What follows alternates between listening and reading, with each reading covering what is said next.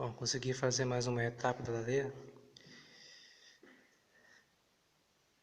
Hoje eu botei o registro. Fiz o concreto em volta da lareira. Tá aí o registro.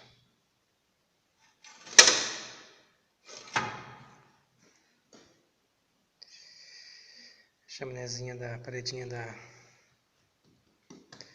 do ar frio. E amanhã eu vou começar a fazer a coifa. Essa vai dar em 15 a 16 degraus. Bastante degrau. O certo era fazer e embolsar, mas o cliente quis fazer assim.